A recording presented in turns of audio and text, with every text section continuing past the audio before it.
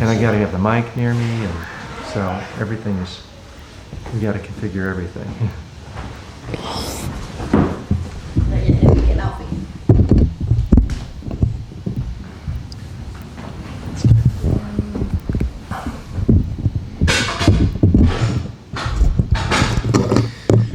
Now, I basically wanted myself framed from here up. I didn't really want to be, I don't mind casual shirt, but I don't really want to do the jeans thing. Yeah. And again, I want my head, top of my head, to touch the top of the screen.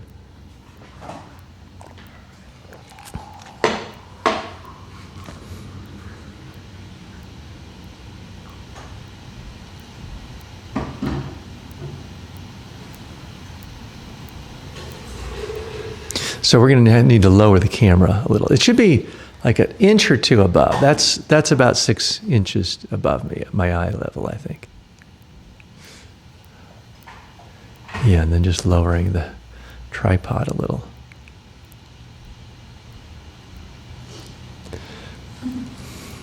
I think that's about right, yeah.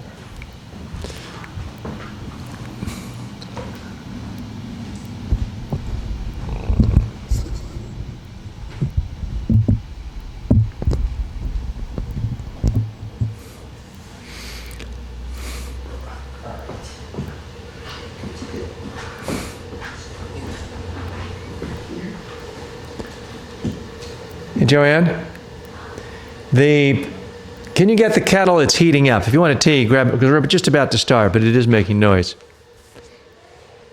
Huh? Your water's boiling. It's making noise. We haven't started.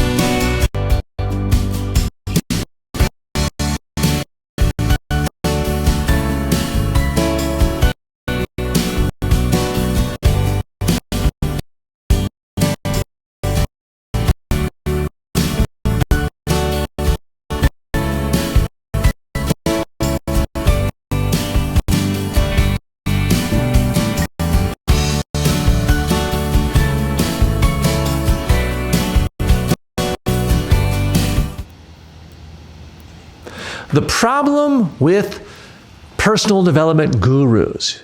You've heard of these people, the all-knowing people who have all the answers. They're up on the stage, they're charismatic, and yet, do they really make a difference in people's lives, or are they just modern-day snake oil salesmen? There is a lot of controversy around the country and around the world about the effectiveness, the ethics, the tactics of a lot of experts in the personal development world. Whether you call them personal development gurus, self-help gurus, lifestyle design experts, peak performance. There's a lot of different names. I'm going to use sort of the umbrella term, the most generic term of personal development. I do think there, like with any profession, some people are more ethical than others, some people are more honest than others, and full disclosure, I am someone in the personal development space. I sell personal development courses, I do personal development workshops and seminars, but I too have some criticism of the personal development world. Now, this isn't what you think it might be. This isn't me using an excuse to just attack competitors and criticize people who are perhaps more successful than I am. That's not what I'm going to do today. I do want to talk about what makes personal development effective for some and not the others. When I look at the whole field of personal development, the big superstars out there, Wayne Dyer, who's no longer with us, Napoleon Hill, Dale Carnegie, they're no longer with us, Anthony Robbins is with us, Brendan Burchard is with us. When I look at them as a whole, I see so many things that they actually did well and do well. They have good ideas, good insights, and yet so often it doesn't immediately translate into effective change with people. And here's what I see as the big problem. People sign up for a workshop, a seminar, buy a book, we get all excited, and it's just a one-time pop. It doesn't go anywhere. And something is getting lost in translation. So instead of criticizing the gurus out there, and they deserve some criticism, and certainly I can get some criticism, I do think some of the criticism belongs to people like you and me and others, individuals who go out and go to these workshops, seminars, read these books, because we can be quite selective in our hearing. Let's look at one of the most popular, certainly in social media. He doesn't use the term personal development, but he is someone who's highly motivational, Gary Vaynerchuk. He is extraordinarily popular with young men, 18 to 25. They love him. They absolutely love him. He has tens of millions of followers on social media platforms all over the world. And when he gives a speech, he has thousands of people coming, and they're cheering, and they're high-fiving, and they're excited, and they're pumped. And then they go home, and they, for the most part, go about their lives the same way they always did. Here's the problem. Here's the disconnect. And it's not Gary. People hear Gary say, you can be whatever you want to be today. It's the greatest time in the world to be an entrepreneur. It's the greatest time ever to create something, communicate your message. All of that is true. I believe all of that. But there's a part of Gary's message that everybody always forgets. And the part they forget is he says, and by the way I made this happen, the way I became successful is I worked 15 hours a day, 7 days a week, from the time that I was basically 15 years old to about 30, is what he says. No vacations, no sports cars, no fancy gadgets, no parties. From what it sounds like, not even a single date, or not much of one. It was work, work, work, work.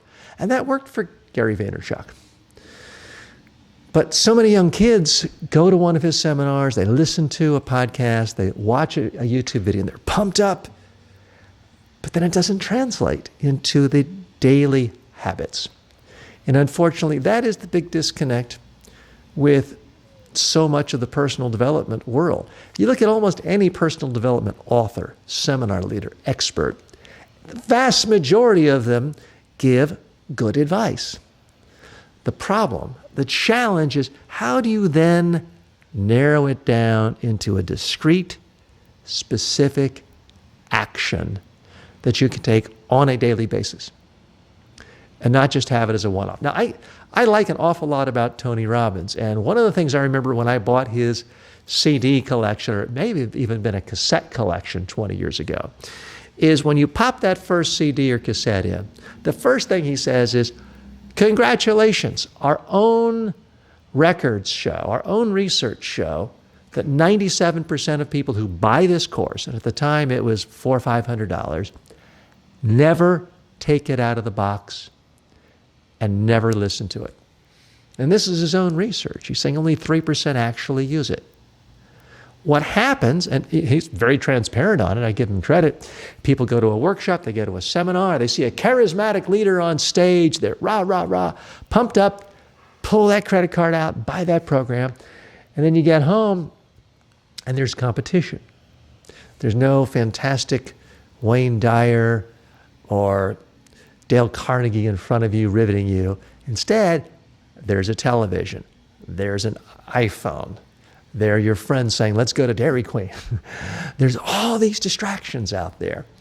And you have to force yourself, you have to initiate pulling that, at the time, cassette CD. Now you can do audio download. You have to force yourself to hit that thing to start learning the new habit. And that is the disconnect. People don't like to hear the part about hard work. So for example, Jack Canfield, very famous personal development guru, co-creator of the Chicken Soup for the Soul series, most successful book series ever.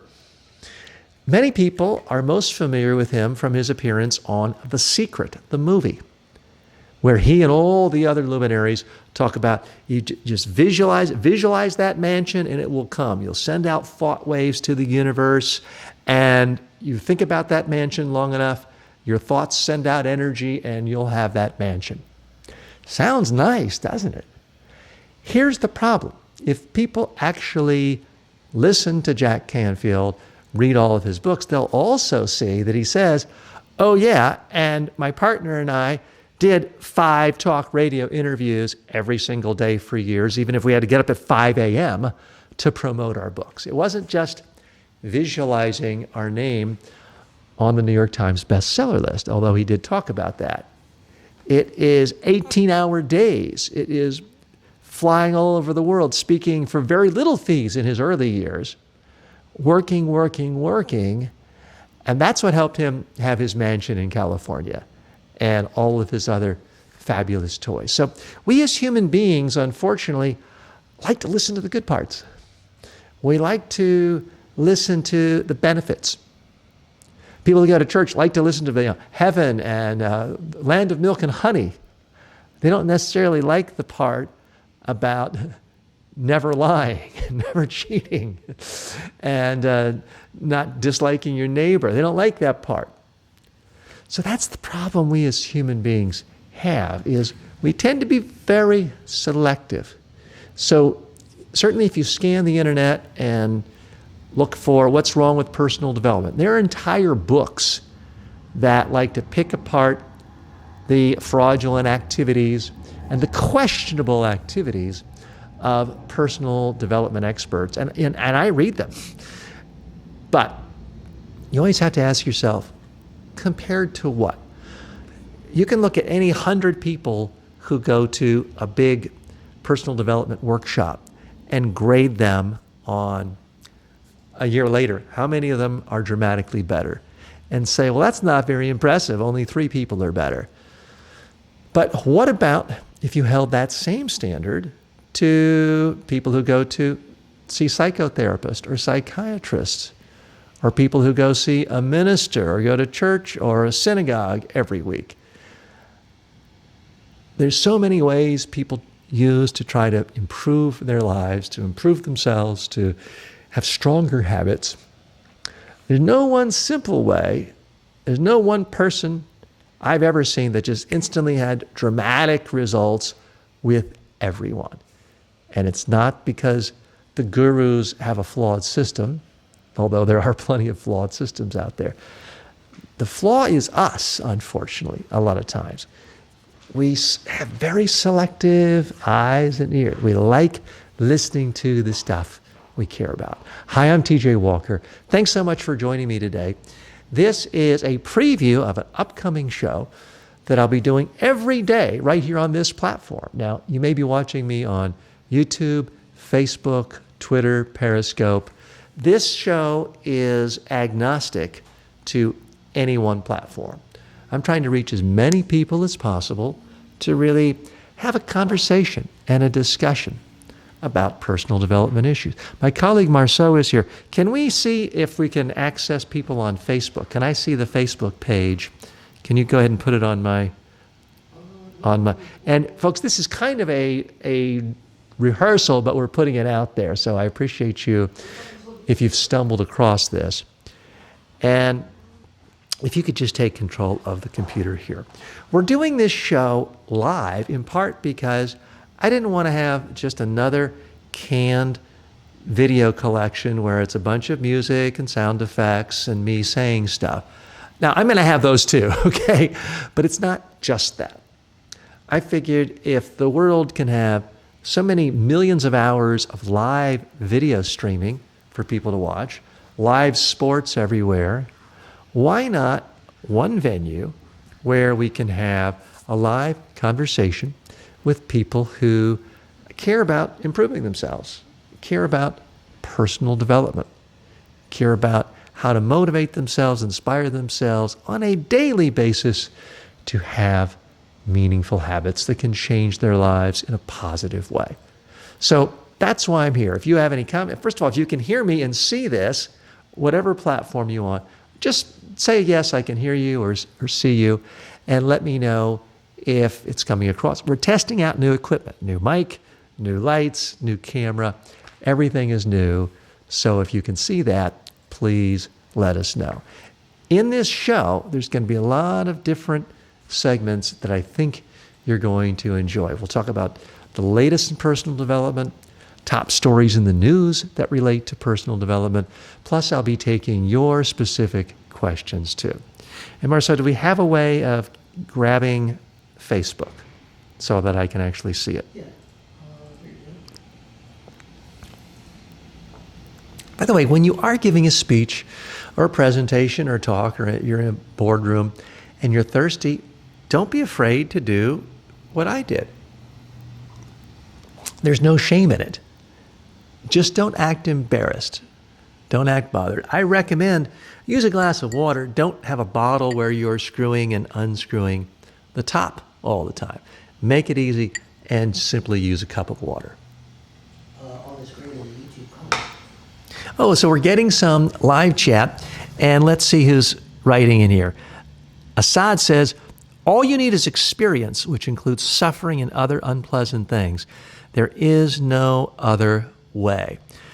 Certainly that's a part of life, and I don't know of any successful person who hasn't had a lot of setbacks. I know I've had a lot of setbacks. I'll be talking about them right here on this show. But I do believe, as Warren Buffett once said, he said, smart people don't learn from their mistakes, they learn from other people's mistakes. I do think that if you see someone else burn their hand on a stove and you hear that lit stoves will burn your hand, it's better to learn from someone else's experience than learn from your own.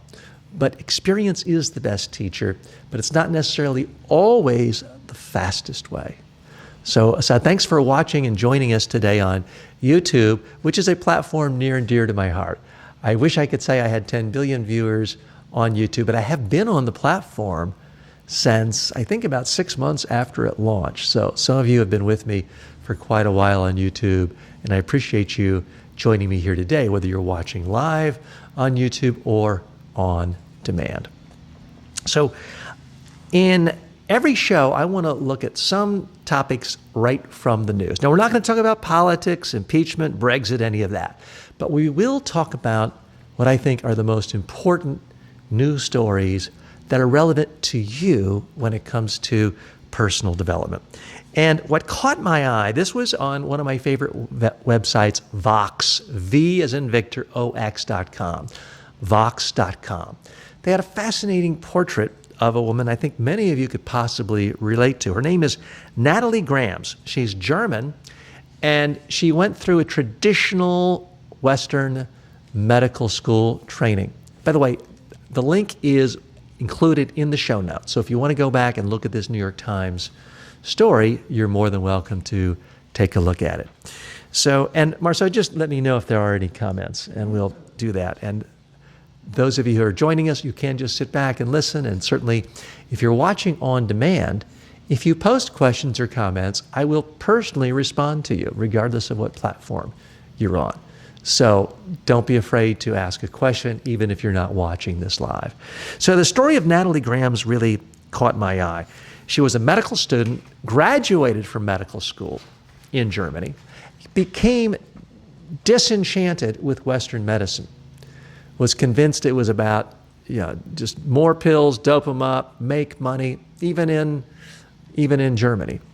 So she immersed herself in homeopathy, home remedies, non-traditional, non-Western medicine. So she completely immersed herself in that world because she had some of her own health problems, and she believed that a lot of things homeopathy prescribed could help people for colds, flus, anxiety, allergy, asthma, digestive disorder, you name it.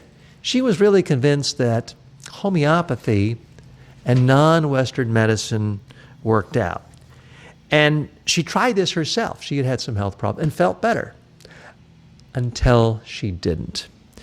And this story, which I'd urge you to read, talks about her whole journey. She did the whole traditional licensing thing of regular medical school. Then she did the whole sort of non-traditional licensing for homeopathy.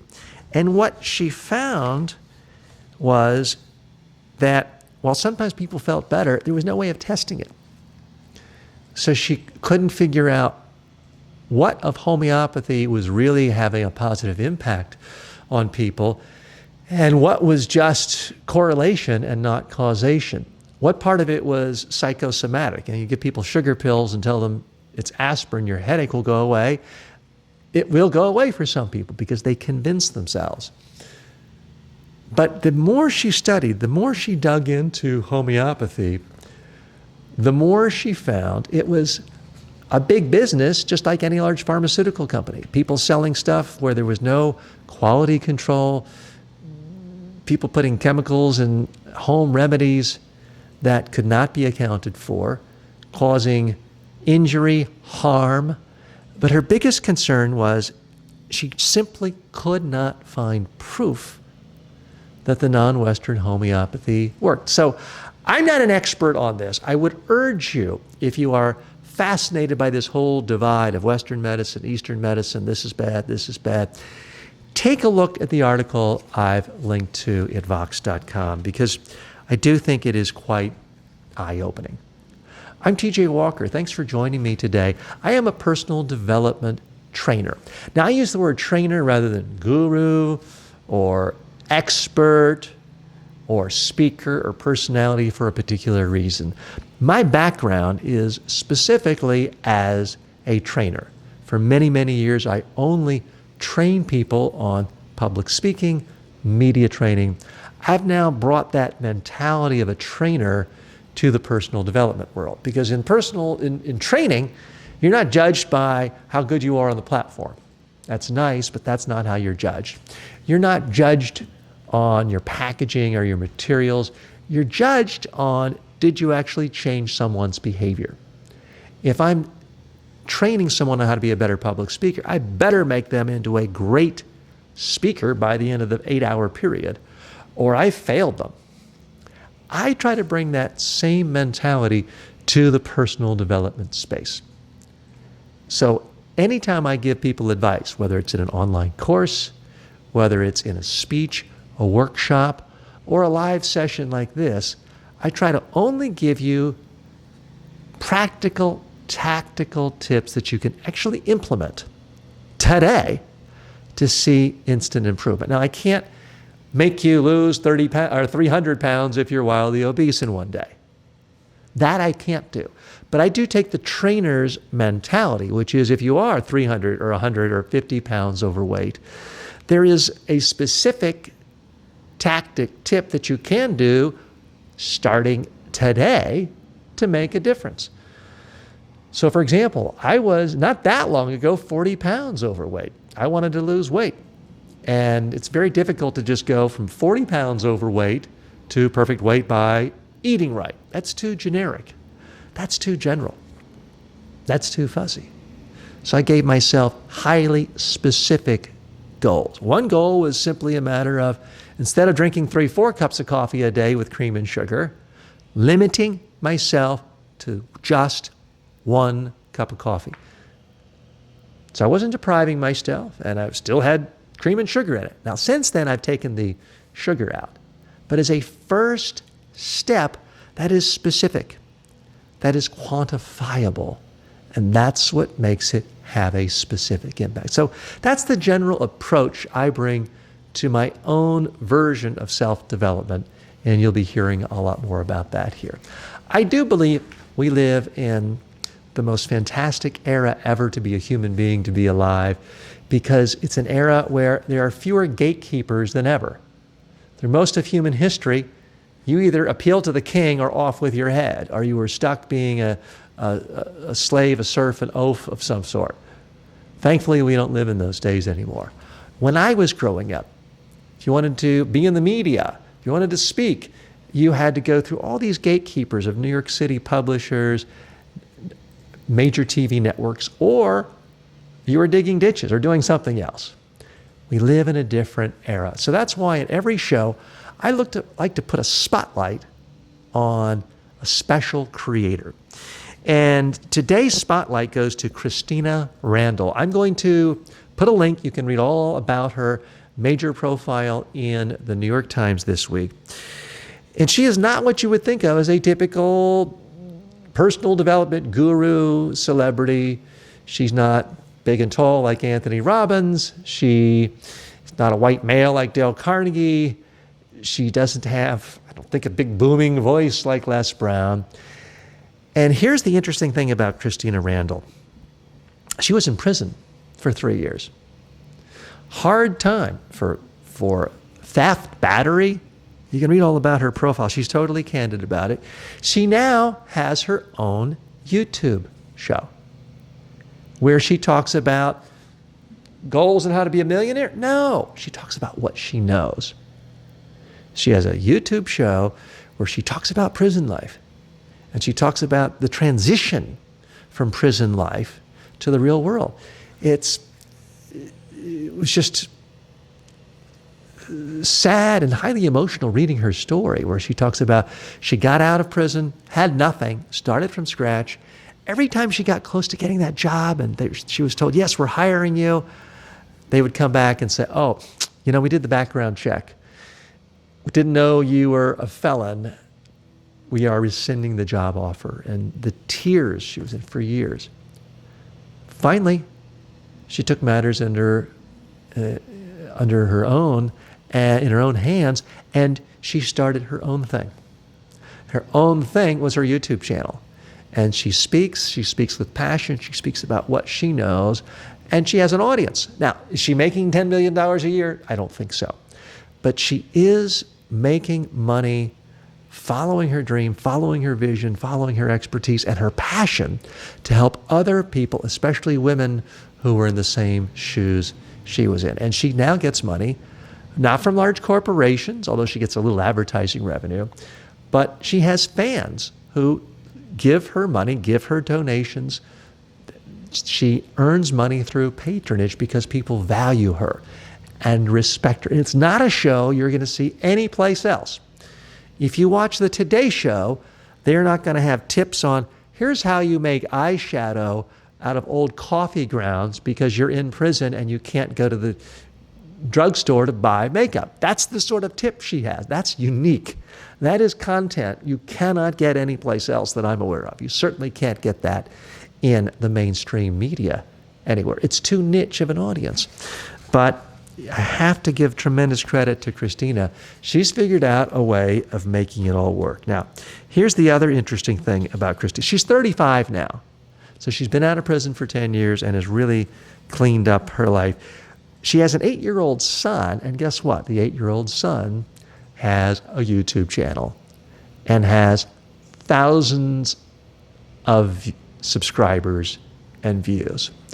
So part of my challenge to you is, if you're just watching me, thank you for watching me, but what's stopping you from having your own Facebook videos, your own YouTube show, your own show, if nothing else on TikTok? It only has to be 15 seconds long. Because here is someone 8 years old, didn't grow up in an extremely privileged background, obviously, a parent in prison, and being a convicted felon, and yet here they are both sharing their messages with the world, sharing their passion to the world. So if you have a moment, please take a look at that story. I've linked to it. Part of what I like to do in these shows, and I'll be doing on a regular basis, is just reaching into my bookshelf and sharing with you things that I read, classics, all-time classics from the personal development genre, but also new books that I want to put a spotlight on. So here's one I think many of you would be familiar with, and I've referenced him already today, Awaken the Giant from Within by Anthony Robbins. hugely successful book. He wrote this when he was a very young man. And this, along with his infomercial, really made him wildly famous around the world. Here's a passage, though, I bet you don't remember, and I do want to share it with you. This is very much in the beginning of the book, and I'm reading directly from the text. I became an excellent public speaker because rather than once a week, I booked myself to speak 3 times a day to anyone who would listen. This is when he was roughly 18 years old. He said, forget college, I'm going to be a personal development expert, and he really dove in.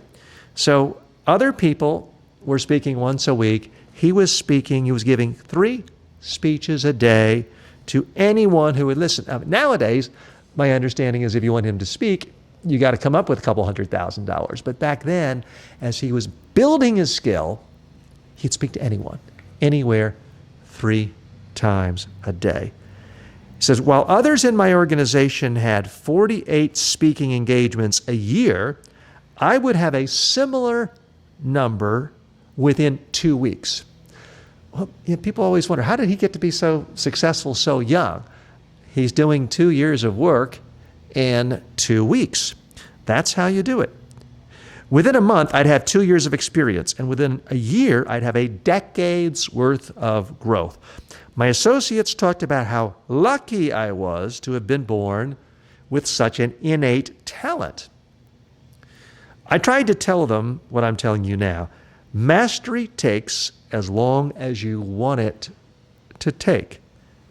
By the way, were all of my speeches great? Far from it. But I made sure that I learned from every experience and that I somehow improved until very soon I could enter a room of any size and be able to reach people from virtually all walks of life. So that's the Anthony Robbins secret. People think it's about rah-rah and high five. No, that's just window dressing. I'm going to share with you from another book that I like in just a moment too. And we are going to take questions and comments. Although I do see a couple of people are calling me on Facebook. I can't take live calls yet during this show. Although working with my colleague and producer, Marceau, we do hope to be doing that relatively soon. Joanne can hear us. That's great. Luke says hello. Luke, good to hear from you. Thanks for joining us. And Bill writes in, good morning. And Luke, you're in Australia, if I'm not mistaken. Is that correct, or did I mess that up? Please post where you're from. If you are on Facebook, please post a question, a comment, or just say hello. I'd love to hear from you and see what you're up to. But also, any single platform you're on, because we're on many platforms today, say hello, post a question, post a comment. More than happy to hear from you. We have a couple of other people joining us on YouTube today. And ASD writes, the sound is delaying a bit. So we are still working on some of the kinks of doing a live broadcast. Live video is the hardest form of really communicating in a media. You write a blog and you do a spell check and you keep refining it till it's good. You make a video, you can edit it, get it just right, hit delete, do it over. But when it's live, you're kind of out there and technical problems can pop up. So I realize it may look like a badly dubbed English movie to Japanese or Japanese to English where you see me saying one thing and the mouth is going in a funny direction and it's not synced. So I apologize for that. But I can tell you this. If you wait until everything is perfect, whether it's for a speech, a new business, an app, any project, you'll never make it happen. At some point, you have to start, do the best you can, get feedback, as I'm getting from you, and I very much appreciate it, and then using that feedback to make it a little bit better next time. And we have a few more comments on Facebook. And Luke, you're in London. Yes, thanks so much for joining. Luke, one of our online training students. And Bill writes, Bill is in Milwaukee. So great to hear from folks in Milwaukee. my own family, I have family from Mineral Point, Wisconsin, which is a small town. I don't think it's that far away from Milwaukee. So I have long-standing roots in your state. My father used to love going to Mineral Point in the summers, and he got to hang out on the family farm and have a great time there. So Bill, thanks for joining us from Milwaukee. Other thing I like to do from my bookshelf is pull out newer books, more recent books. They're not quite in the canon of personal development, but they are books that I think are worthy of attention, worth your time, and have made an impact already and may become a part of the canon. One of these books is called 10% Happier. This is by Dan Harris, who is a well-known news anchor here in the United States on ABC News. And he was a guy who was frankly anti-meditation, self-development, self-help, always kind of thought that was nonsense, but had a variety of personal crises, health issues, and came to basically fall in love with meditation. His theory, though, is you can't oversell it. So his big theory on meditation is it'll make you 10% happier than you are. So I like how realistic he is, how he's not trying to oversell it. He still kept his day job as a news anchor, but he has apps, websites, books that really help popularize the ideas of meditation and other aspects of self-development, yoga, to people who might not normally be that into it. I wanted to share with you just a brief passage from this book. By the way, both books, I've linked to them on Amazon. I'm not an affiliate. I'm not selling anything or making any money on this today. But I put that for you just to be convenient, and if you are interested in checking out the books. So this is something he learned in 8th grade. An ex-girlfriend told him, quote, "When you have one foot in the future and the other in the past, you piss on the present." Now you might say that's a little vulgar, but that is a perfect crystallization of the mindfulness movement. Eckhart Tolle really focuses how you have to focus on the present. And what this author, Dan Harris, found in his own life is he was so obsessed with ratings, getting the next job, getting the next promotion. Life was kind of miserable. Didn't matter how much cocaine he was doing, how many promotions, how much money. It was always about more and more future. He was never actually living in the present.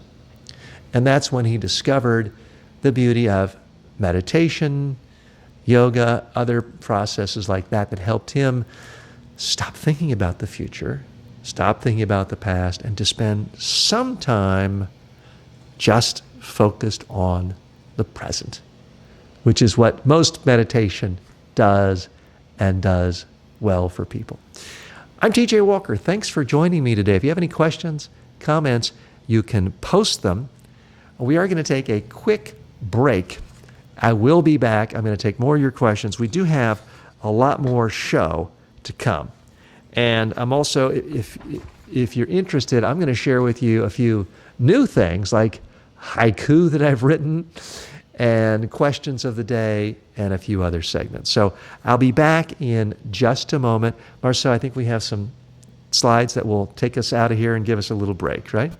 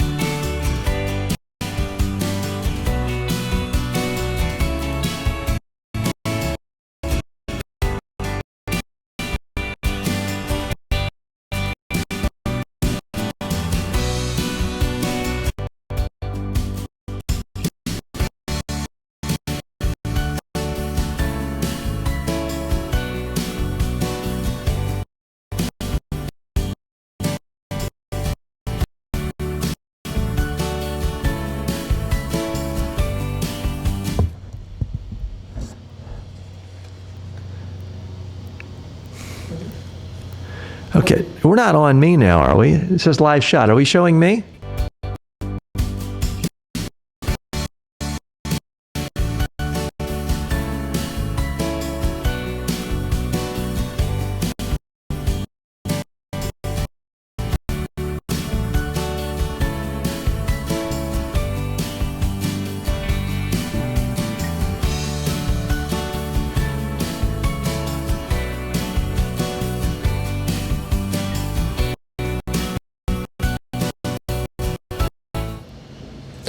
How do you conquer fear? We all have fears, some of them rational, some of them irrational.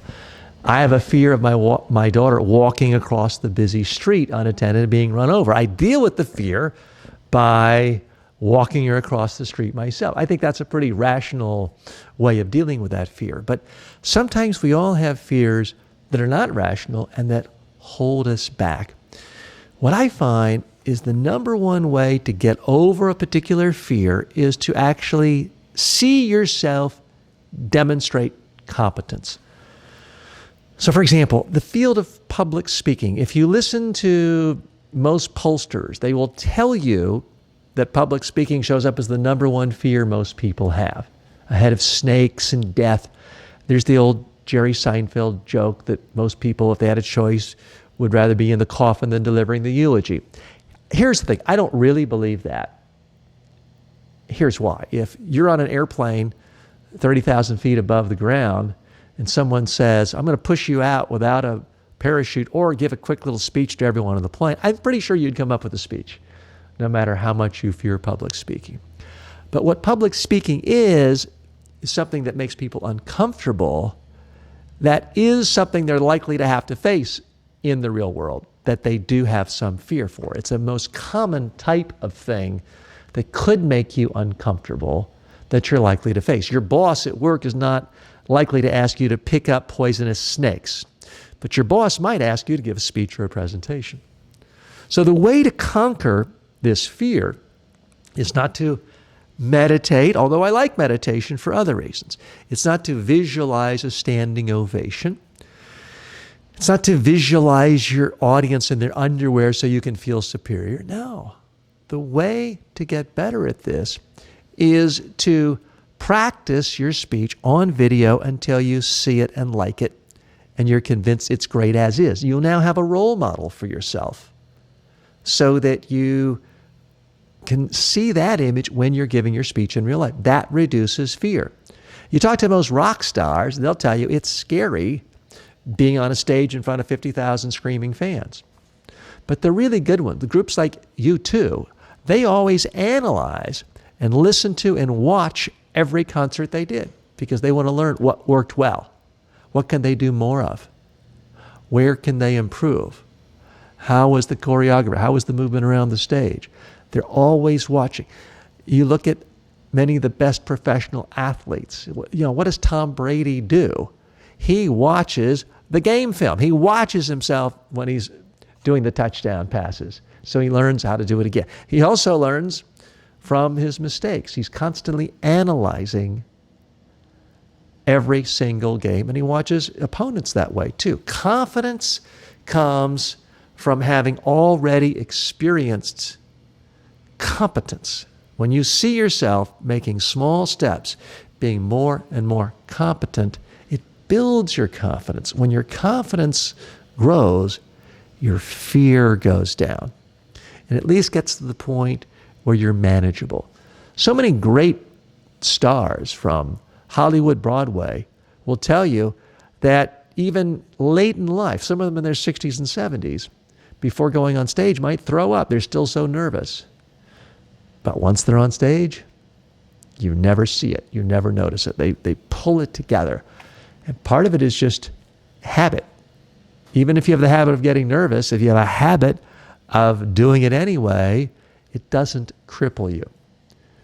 Unfortunately, for many people, their fears just stop them, and it prevents them from going outside their comfort zone.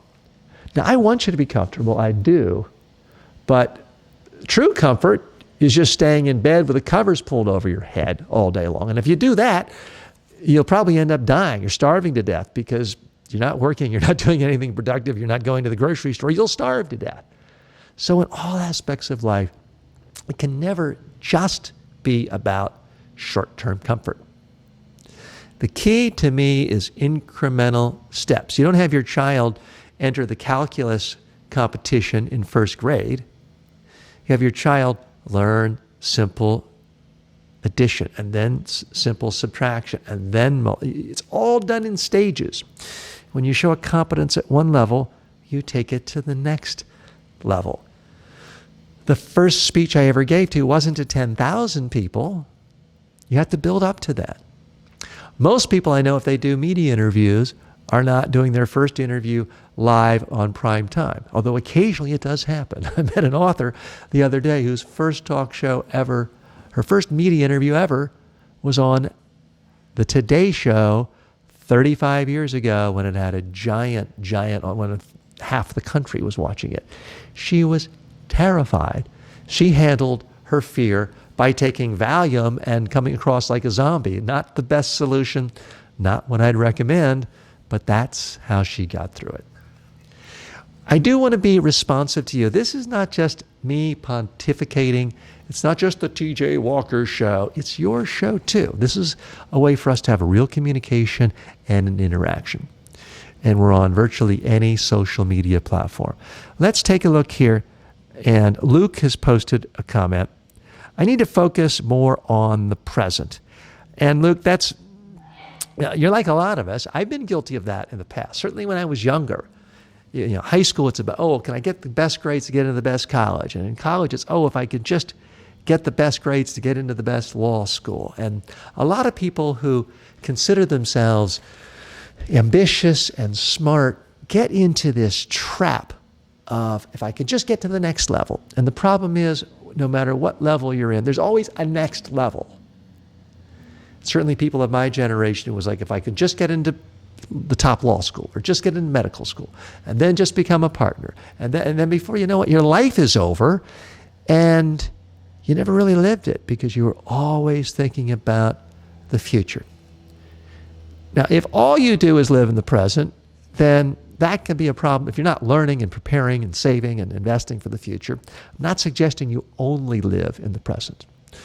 But I do believe that a part of every single day needs to be about purely living in the present. That's why I meditate for 10 minutes every single day, which is not a long time. There are people who meditate for 2 and 3 hours a day. Some meditate for 1 to 3 minutes. I find that 10 minutes is a good sweet spot for me, where all I'm doing is closing my eyes, consciously breathing in through my nose, consciously exhaling through my mouth, and actually listening to a selfie-speak audio, my own voice, telling myself, breathe in through your nose, relax, think of nothing, breathe out. Very, very simple, but it allows me to live in the present rather than being obsessed and bombarded with constant ideas. Let's head over to, is this from YouTube or where is this? Okay, we have another comment from Assad, and it says, I learned so much from your courses on Udemy. Well, thank you. And there are about 140 courses there.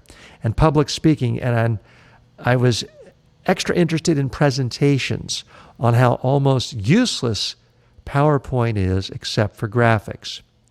And your field and help us extremely in practice. I use many of your pieces of advice and I say they're spectacular. Thank you. Well, Assad, thank you very much. He's in first place now for most insightful comment of the day. So I appreciate the kind words. Here's the thing about PowerPoint. A lot of times people like to say, PowerPoint's awful. I hate PowerPoint, death by PowerPoint.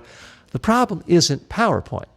Saying PowerPoint is bad is like saying television is bad. Well, yeah, there is a lot of bad television. There's Jerry Springer trash TV.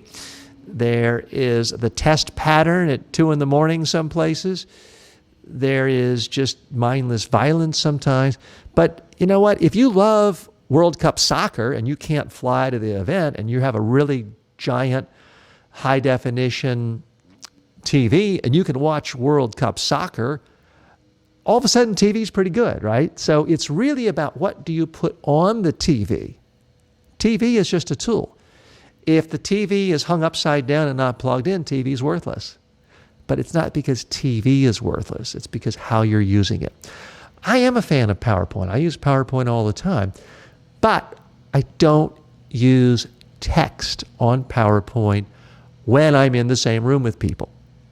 Now, a webinar is a little different, and I have used text on a PowerPoint slide for a webinar.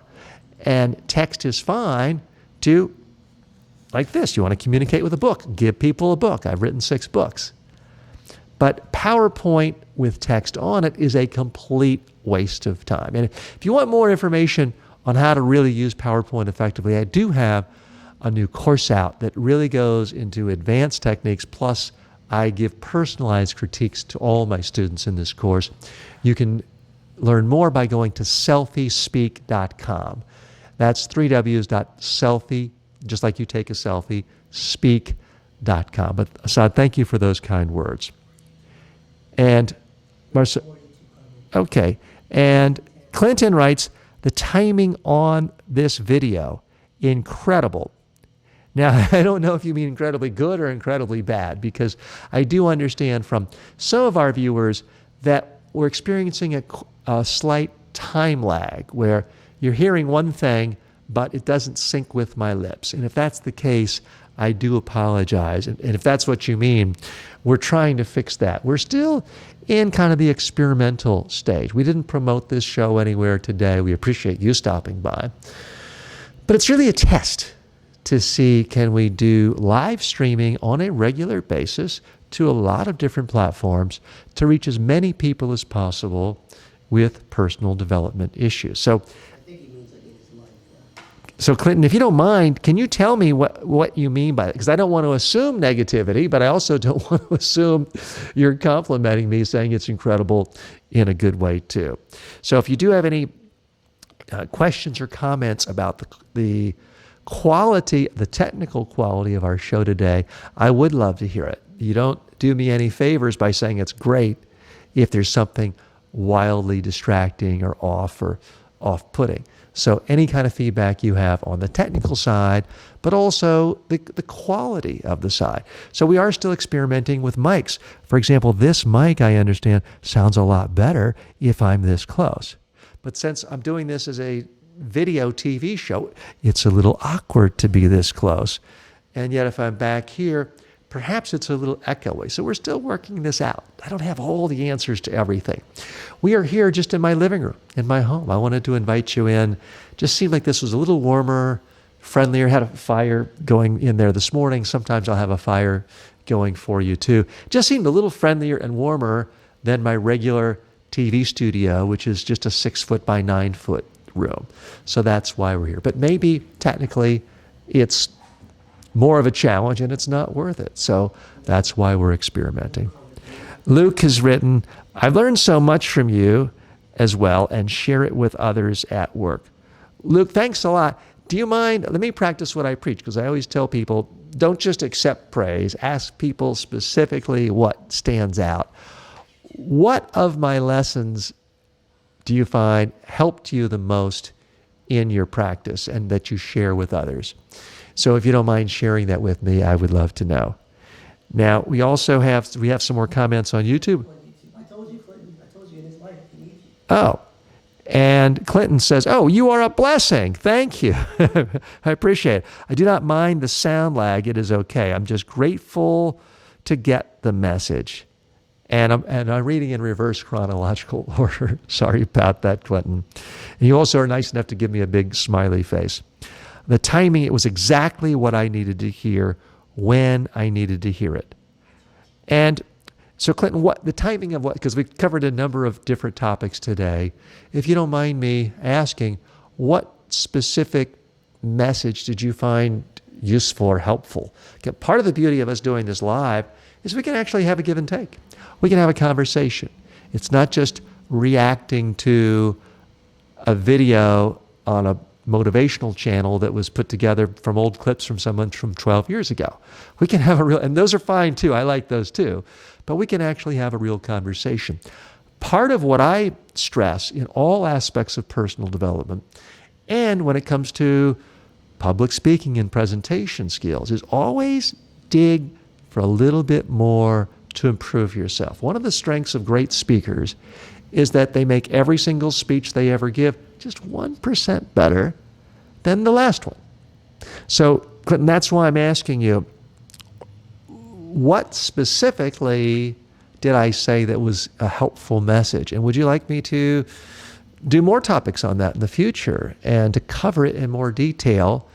Because I'm still trying to figure out the exact structure of our daily show, the format, what sort of segments go where. I'm going to experiment, and some of them are going to bomb. That's okay. This isn't a show on ABC TV where tens of millions, hundreds of millions of dollars are at stake in ad revenue. So there's the luxury of experimenting with things. And maybe I do something that only one person likes. I might continue doing that. I might do something else that a lot of people like, but I just feel it's not a great use of time and isn't helpful. So Clinton, it says it does not have to be perfect the first time. Well, absolutely. That is so critically. I mean, I have an iPhone here, and I've had a dozen iPhones, but I got to tell you, I bought the first iPhone. I thought it was a piece of junk.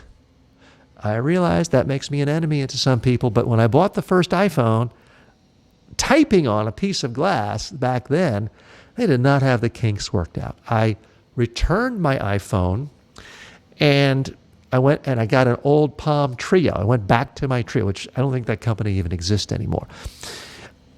Apple didn't wait for that first product to be perfect. They had something that in many ways was advanced, and they put it out there. And you know what? A couple months later, it was better. And the next version was better. And it keeps getting better.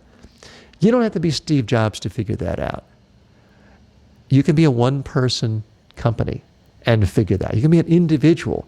Try things, get feedback, figure out how to make it better. So, Clinton, thank you very much for that feedback. I do very much appreciate it. Oh, we have another comment from Clinton.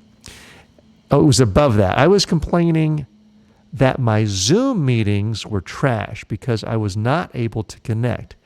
And then you showing up made me feel better. It is about slow improvements. So Zoom is a platform, for those of you not familiar, for video conferencing, kind of like Skype. Many people prefer Zoom over Skype. So it's a great way for job interviews, meetings with colleagues, new business pitches, conferences with people in different locations. But it can be tricky. I found it very difficult. For some reason, on my main TV studio, I could connect with my broadcast quality camera for Skype, but Zoom wouldn't take it. So I've had my own frustrations with Zoom. But I'm glad that you continue to try. And now I can use Zoom too. So the whole thing with modern technology is a lot of times you just have to get over the hump and say, I'm going to learn it. It's about not being lazy. You don't have to learn technical skills as far as computer programs. You have to just type into Google, how do I fix X, and read it and do it. That is so, of all the skills in the modern world that I think is valuable for a young person starting a career, it's the ability to say, I don't know, let me type quickly, find an answer, and make it work. When you have that skill, young person or old person, you're always going to have a job. If you have the habit of saying, well, I'm not really a techie, I don't know, do we have a tech department to call? That's career death in many situations. And the problem is, your colleagues, the people you might be interning for, they'll never tell you that. So, hugely important skill. And I've been guilty in the past of not being as aggressive at learning new technology as quickly as I should. Let's go to more comments. This one from Luke says, what's helped me the most is getting over the fear of public speaking and the power of stories as well. That's what I love sharing. Well, Luke, I'm so happy to hear that you've gotten over your fear of public speaking. To me, it's so bizarre. On the one hand, I can relate to it because I grew up, I was very shy. On the other hand, to me, it's bizarre in that it's 1,000 times easier than learning how to hit a golf ball in 100. And people will spend a fortune trying to lower their golf score from 100 to 90 to 80 to 72. And they go to school and golf camp and all these things that, frankly, never going to have an impact on their life. They're never going to make a penny from their golf skills. And yet they'll invest thousands of hours and dollars to improve a golf skill, which really is a very difficult thing to do. To take a tiny ball, a huge long metal club, swing it through the air and try to get it 300, 400, 500 yards away into a hole, that's insanely difficult. And people spend so much time and effort doing that. And yet, learning how to speak has a huge impact on almost every career. Most people never learn anything. Most people never take a single course. Most people never practice. And today, the easiest way of all to get over your fear of public speaking, pick up your phone, practice, just look at your own phone, record it in the video record mode, look at it, figure out what you like, figure out what you don't like, keep doing it until you're happy that you're coming across the best you can. So, Luke, so happy that you have gotten over that fear of public speaking. And of course, stories are the most powerful way of making any speech memorable and to come alive. And people sometimes say to me, well, TJ, you talk a lot about stories. Why stories? Are you a frustrated storyteller, comedian? No. I wish we didn't have to tell stories when we gave speeches and presentations and did live webinars. Unfortunately, I don't know of any more effective way of grabbing the attention of an audience and getting them to understand what you're talking about and to remember what you're talking about. So that's really the power of story. It's simply more effective than any other tool. And Marcel, do we have any other comments?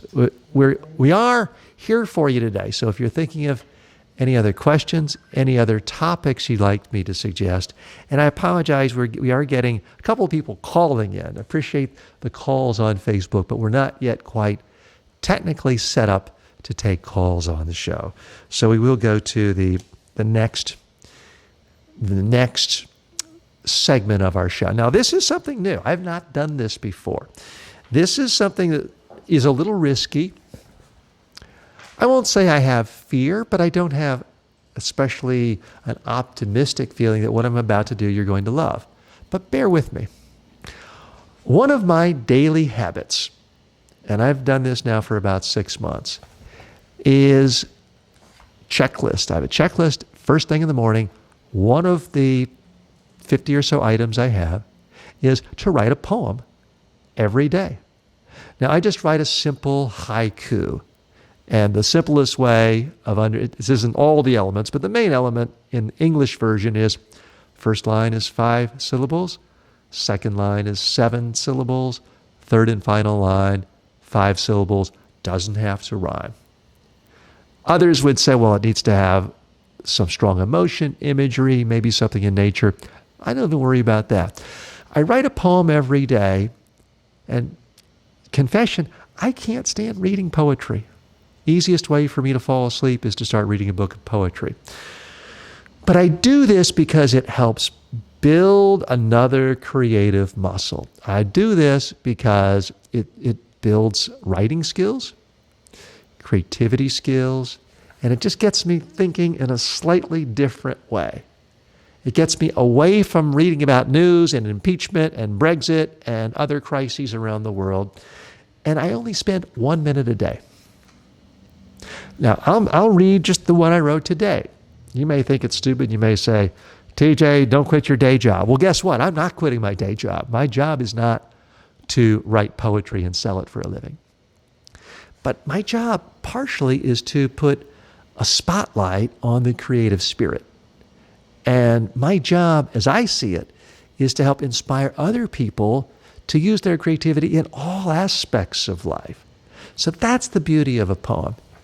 Even if you think this is the worst poem you've ever heard, I hope it inspires you to say, well, TJ's poem is awful. I can do better than that. And then you write a poem. And you know what? If you do, please share it. Share it in the discussion section, whether you want to leave a comment on YouTube, Facebook, or any place else. Okay, that was a big build-up You're expecting something either grand or awful here, so it's bound to disappoint.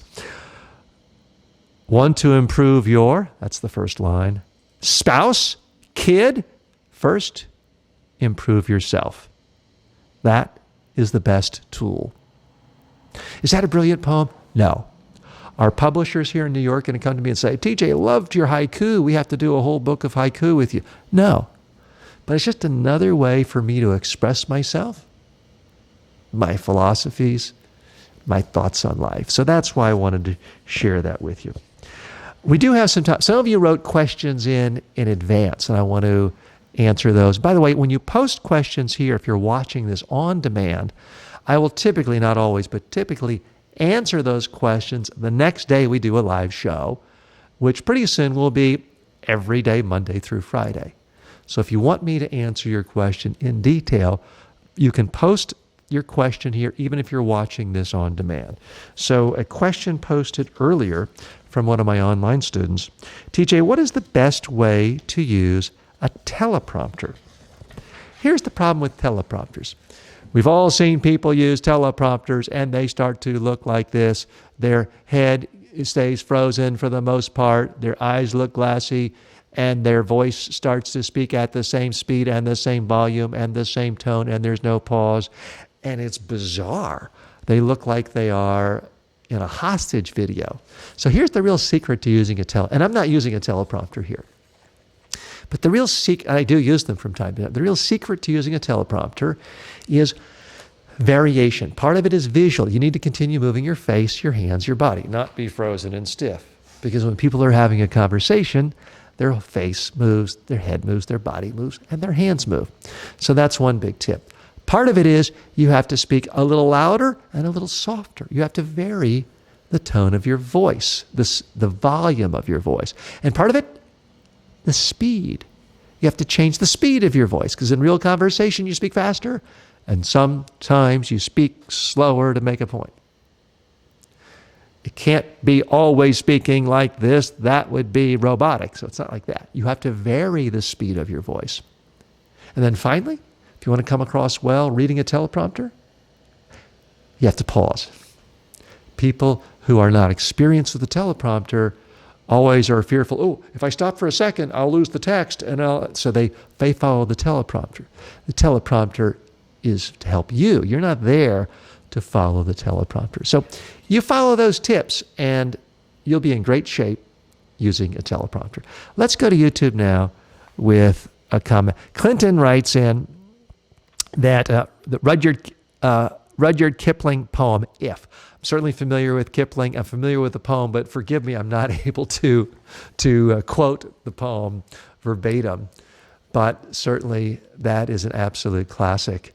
That means a lot to many, many people. So Clinton, thank you so much for sharing that. So I wanted to go to one aspect, and forgive me if this sounds self-serving, but people do ask me all the time, what is your newest course? What's new? What's the latest? I do have a new course on creativity, how to really spark your creativity, even by doing things like writing a poem that's awful. You may want to be the most creative software developer.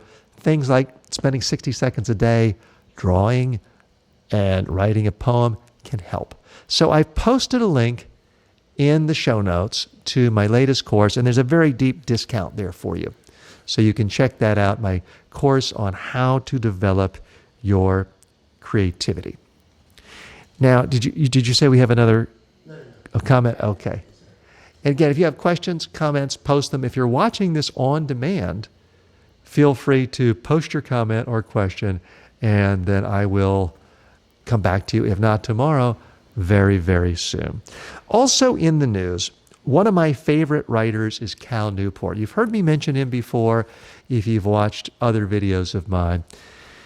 He is an expert on time management, how the brain works. He's actually a computer science professor at University of Georgetown. He has a book called Deep Work, and it's all about how people can work more deeply by removing all distractions. So he has a column in today's New York Times that I thought was fascinating. In this column, and I'm linked to it in the show notes, he does an examination of a German entrepreneur named Lasse Reingars. And he looks at the particular entrepreneur who was recently profiled in the Wall Street Journal. This German entrepreneur has a 16-person technology startup. Nothing particularly unique about that. But here's what's interesting about this startup. They have gone to a 5-hour-a-day workday.